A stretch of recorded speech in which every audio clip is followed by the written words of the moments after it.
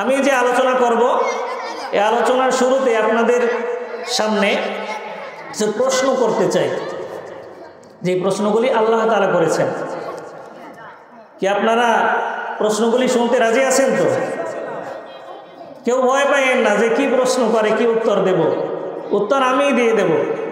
এবং আপনারা এত সহজ প্রশ্ন যে এই প্রশ্নের উত্তর আপনারা নিজেরাই এমনিতেই বুঝতে পারবেন, অনেক পড়াশোনার প্রয়োজন হবে না। প্রথম প্রশ্ন হইল, আল্লাহ তাআলা প্রশ্ন করেছেন, হাল ইয়াস্তাবিল আ'মা ওয়াল বাসীর, যে চোখে দেখে না আর যে চোখে দেখে এই দুই ব্যক্তি কি সমান? কি বলেন, সমান? যে চোখে দেখে না আর যে চোখে দেখে এই দুই ব্যক্তি সমান না, এই দুই ব্যক্তি ভিন্ন।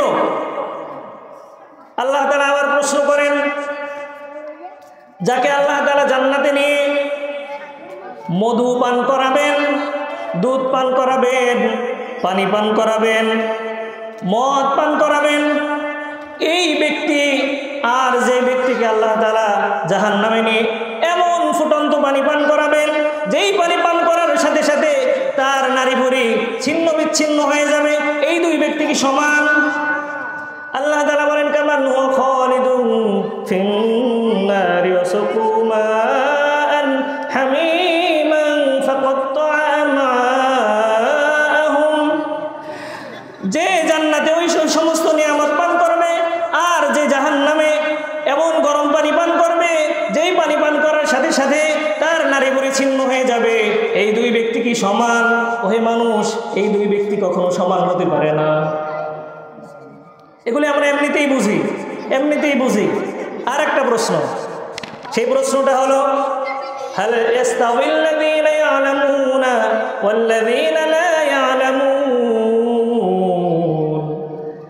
হে মানুষ, যারা আলেম আর যারা আলেম না, যে ব্যক্তির এলেম আছে আর যে ব্যক্তির এলেম নাই, এই দুই ব্যক্তি কি সমান? এই দুই ব্যক্তি সমান? কখনো না।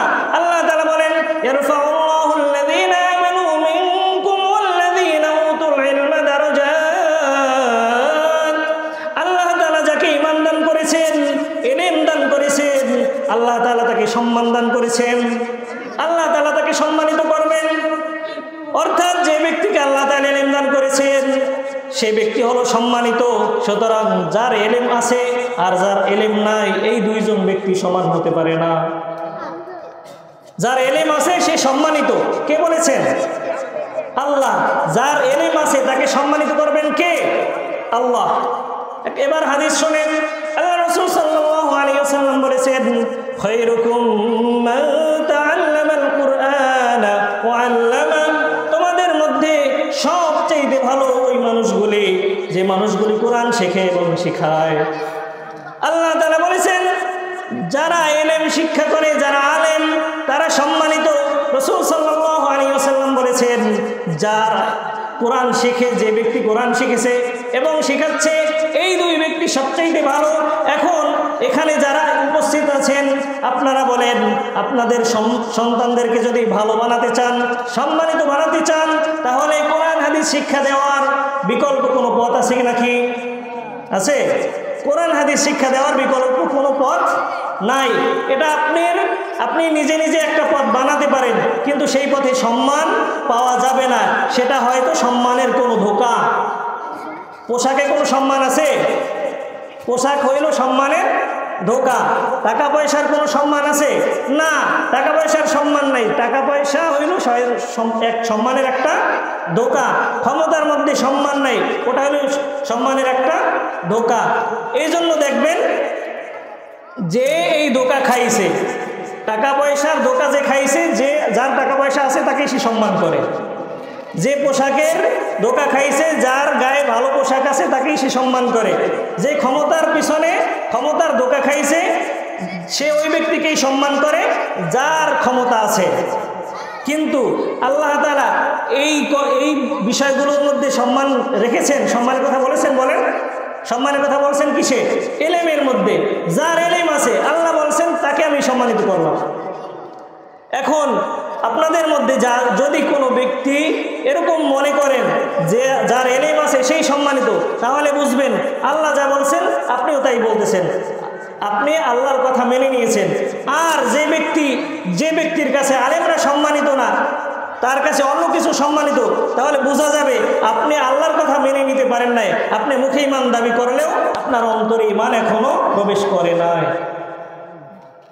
এই জন্য মুসলমান যদি সন্তানদেরকে সম্মানিত করতে চান, ভালো বানাতে চান, কি করতে হবে? আলেম বানাতে হবে। কি করতে হবে? সবাই বলেন, কি করতে হবে? আলেম বানাতে হবে। আপনার অনেকগুলি সন্তান, এই সন্তানগুলোর মধ্যে একটা সন্তান আলেম বানান, সন্তানটা সম্মানিত হবে, সন্তানটা ভালো হয়ে যাবে। কে বলছেন? আল্লাহ বলেছেন, রসুল বলেছেন। এখন আল্লাহ রসুলের কথায় কোনো মুমিন সন্দেহ রাখতে পারে? অনেক মা বাবা আছে, দেখেন মাদ্রাসায় পড়ায় না বলে কি খাবে। এরকম আছে যে মাদ্রাসায় পড়লে ও কি করবে, ও কি খাবে, কোথায় থাকবে, ওর কি অবস্থা হবে। আল্লাহ তাআলা বলেন, রাসূল সাল্লাল্লাহু আলাইহি ওয়াসাল্লাম বলেছেন, মাইয়ুরিদিল্লাহু বিহি খায়রান ইউফাক্কিহু ফিদ্দীন। আল্লাহ তাআলা যার মঙ্গল চান, যার ভালো চান, যার কল্যাণ কামনা করেন, দ্বীনের গভীর জ্ঞান দান করেন। আপনি কেমন মা বাবা হলেন? আল্লাহ যার ভালো চান তাকে ইলম দান করেন, আর আপনি আপনার সন্তানের ভালো চান, অথচ ইলম তাকে শিখাতে চান না। তাহলে আল্লাহ যেটা চাইছেন আপনি তার বিপরীত। আল্লাহ তাআলার বিপরীতে গিয়ে আপনি কখনো ভালো কিছু অর্জন করতে পারবেন না। দুনিয়ায় কিছু পাইলেও আখিরাতে কিছু পাওয়া যাবে না। মান কানা ইউরিদু হারসাদ দুনিয়া নুতিহি মিনহা ওয়া মা লাহু ফিল আখিরাতি মিন নসীব। যে ব্যক্তি দুনিয়ায় কামনা করে আল্লাহ তাআলা তাকে দুনিয়া দিয়ে দেন। আল্লাহ তাআলা বলেন, আখিরাতে পরকালে তার নসিবে, তার ভাগ্যে কিছুই জুটবে না। তাইলে পরকালে যারা কল্যাণ কামনা করে সে অবশ্যই আল্লাহ তাআলার কথা মেনে নেবে, রাসূলের কথা মেনে নেবে। আল্লাহ যার ভালো চান তাকে দ্বীনি ইলম দান করেন, দ্বীনি পণ্ডিত্য দান করেন। আপনারা যারা আপনাদের সন্তানদের কল্যাণ কামনা করেন, ভালো চান, তাহলে আপনারাও অবশ্যই আল্লাহ যেটা করেন আপনারাও সেইটাই করতে হবে, আপনাদেরও সেইটাই করতে হবে। যদি বিপদে যান এর প্রায়শ্চিত্ত আপনাকেই করতে হবে। ভাইয়েরা আমার, আপনাদেরকে আমি বলি, আল্লাহ তাআলা যার ভালো চান সে আল্লাহ তাআলা তাকে দ্বীনের গভীর জ্ঞান দান করেন। আপনারাও আপনাদের সন্তানদের যদি সত্যিই ভালো চান তাহলে অবশ্যই আপনাদের সন্তানদেরকে ইলম শিখাবেন, কোরআন শিক্ষা দেবেন, হাদিস শিক্ষা দেবেন। আরে ওই বেটা তো কপাল পোড়া, ওই মা ওই বাবা তো কপাল পোড়া, যে তার সন্তানের ভালো চাইয়া সে মাদ্রাসা থেকে দূরে সরাইয়ে নেয়। তুমি কতটুকু ভালো অর্জন করতে পারলা? কি অর্জন করতে পারলা দুনিয়ায়? সন্তানটাকে ইলম কোরআন শিক্ষা না দিয়ে, ইলম শিক্ষা না দিয়ে, হাদিস শিক্ষা না দিয়ে, জেনারেল শিক্ষা দিয়েছো, স্কুলে পড়িয়েছো, কলেজে পড়িয়েছো, ইউনিভার্সিটিতে পড়িয়েছো, কি অর্জন করছো, কি পাইছো? আল্লাহ তাআলা বেহেশতের মধ্যে এমন বাড়ি বানিয়ে রেখেছেন, যেই বাড়িটা, যেই বিল্ডিংটার একটা ইট স্বর্ণের আর একটা ইট রূপার। দুনিয়া চাইতে যাই, দুনিয়ায় এমন একটা বাড়ি বানাও তো পারবে কেউ? আল্লাহ রাসূল সাল্লাল্লাহু আলাইহি ওয়াসাল্লাম হাদিসে বলেন, লানাসিফুহা আলা রাসিহা খায়রুম মিনাদ দুনিয়া ওয়া মা ফিহা। জান্নাতের মধ্যে জান্নাতি নারীরা যে ওড়না গায়ে দিবে, যে ওড়না পরবে, জান্নাতি নারীরা তাদের মাথায় যে ওড়না পরবে, সেই ওড়নার দাম দুনিয়ার যা কিছু আছে সব কিছুর যে মূল্য আছে তার থেকে অধিক মূল্যবান হইল সেই মহিলার একটা ওড়নার দাম। একটা ওড়না পরিমাণ তুমি অর্জন করতে পারলা দুনিয়ায়, চাইছো তো দুনিয়া। একটা ওড়না পরিমাণ সম্পদও তুমি দুনিয়ায় অর্জন করতে পারলা না। আল্লাহ তাআলা পবিত্র কালামে সূরা তাওবার মধ্যে বলেন, আরাদিতুম বিল হায়াতিদ দুনিয়া, তোমরা কি আখিরাতের পরিবর্তে দুনিয়া পেয়ে সন্তুষ্ট হয়ে গেছো? দুনিয়া পেয়ে সন্তুষ্ট হওয়া যাবে? কোন মুমিন দুনিয়া পেয়ে সন্তুষ্ট হতে পারে না, তার তো আখিরাত লাগবে।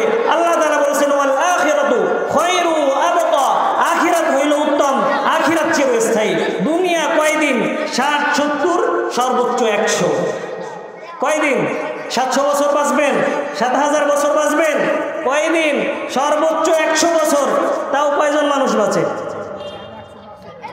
দুনিয়া ছাড়তে হবে, দুনিয়ার ভালোবাসা ছাড়তে হবে। রাসূল বলেছেন হুব্বুদ দুনিয়া রাসু কুল্লি খতিআ, দুনিয়ার মুহাব্বত হইল সমস্ত গুনাহের মূল। দুনিয়ার যত মুহাব্বত করবেন অত গুনাহে জড়িয়ে যাবেন, দুনিয়া যত ছেড়ে দিবেন অত আল্লাহ তাআলার ভালোবাসা পাবেন। দুনিয়া কিছু না, আল্লাহ তাআলা বলেছেন দুনিয়া কিছু না, বাল তুসিরুনাল হায়াতাদ দুনিয়া, তোমরা দুনিয়ার জীবনকে প্রাধান্য দাও, দুনিয়ার জীবনকেই ভালোবাসো, অথচ দুনিয়া অল্প দিনের জন্য। ফামা মাতাউল হায়াতিদ দুনিয়া ফিল আখিরাতি ইল্লা কলিল, দুনিয়া হইল অল্প কিছু দিনের জন্য। দুনিয়ার যে সম্পদগুলি আপনারা দেখতেছেন, দুনিয়ার সম্পদ হইল আখিরাতের তুলনায় অতি তুচ্ছ। এই তুচ্ছ জিনিসের পিছনে পড়ে আখিরাত যারা স্থায়ীভাবে ধ্বংস করে দিবে, তারা তো আসলে ফেরাউনের মতো হয়ে গেল। ফেরাউনের চেনেন আপনারা? হ্যাঁ, দেখি নাই, নাম শুনছি। ফেরাউন কেমন ছিল? ফেরাউন এমন ছিল যে আল্লাহ আমি দুনিয়ায় চাই, আখিরাতে তুমি যা করো। যারা এরকম মনে করে দুনিয়ায় যা হোক, মানে দুনিয়ায় আমি চাই আখিরাতে যা হোক, এই চিন্তাটা ছিল ফেরাউনের। এই ফেরাউনি চিন্তা নিয়ে না দুনিয়ায় ভালো থাকবেন না আখিরাতে ভালো থাকতে পারবেন। এই জন্য সন্তানের ভালো চাইলে অবশ্যই অবশ্যই মাদ্রাসায় পড়াতে হবে, কোরআন শিক্ষা দিতে হবে, হাদিস শিক্ষা দিতে হবে। তাহলেই আপনি সফল, আপনার জীবন সফল, আপনার সন্তানটাও সফল। আল্লাহ রাসূল সাল্লাল্লাহু আলাইহি ওয়াসাল্লাম বলেছেন আশফাহু ফি আশরাতিন মিন আহলি বাইতিহি কুল্লুহুম ক্বাদ ওয়াজাবাত লাহুন নার, যেই ছেলেটা কোরআন পড়বে, কোরআন হিফজ করবে, ওই হাফেজ সাহেবকে কিয়ামতের দিন এমন ক্ষমতা আল্লাহ তাআলা দিয়ে দিবেন, সে তার পরিবারস্থ এমন 10 জন ব্যক্তিকে সুপারিশ করে আল্লাহ তাআলার কাছে সুপারিশ করে জান্নাতে নিয়ে যাবে, যাদের উপর জাহান্নাম ওয়াজিব ছিল। যাদের উপর জাহান্নাম ওয়াজিব তাদেরকে সুপারিশ করে জান্নাতে নিয়ে যাবেন। আপনার কোন ছেলেটা কোন মেয়েটা এরকম ক্ষমতা পাবে?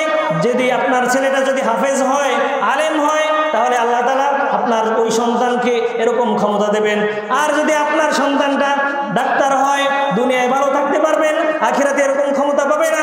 আপনার ছেলেটা যদি ইঞ্জিনিয়ার হয়, দুনিয়ায় ভালো থাকতে পারেন, আখিরাতে এরকম ক্ষমতা সে পাবে না। দুনিয়ায় যত টাকা পয়সার মালিক হোক, আপনি এই টাকা পয়সার কারণে দুনিয়ায় ভালো থাকতে পারেন, আখিরাতে সে আল্লাহর কাছে দাঁড়িয়ে, আল্লাহর সামনে দাঁড়িয়ে আপনার জন্য সুপারিশ করতে পারবে না।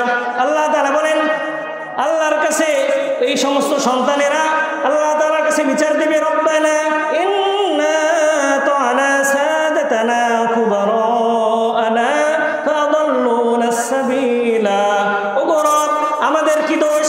আমাদের মা বাবা আমাদেরকে নামাজ শিখায় নাই, রোজা শিখায় নাই, কোরআন শিখায় নাই, হাদিস শিখায় নাই, তারা আমাদেরকে পথভ্রষ্ট করেছে।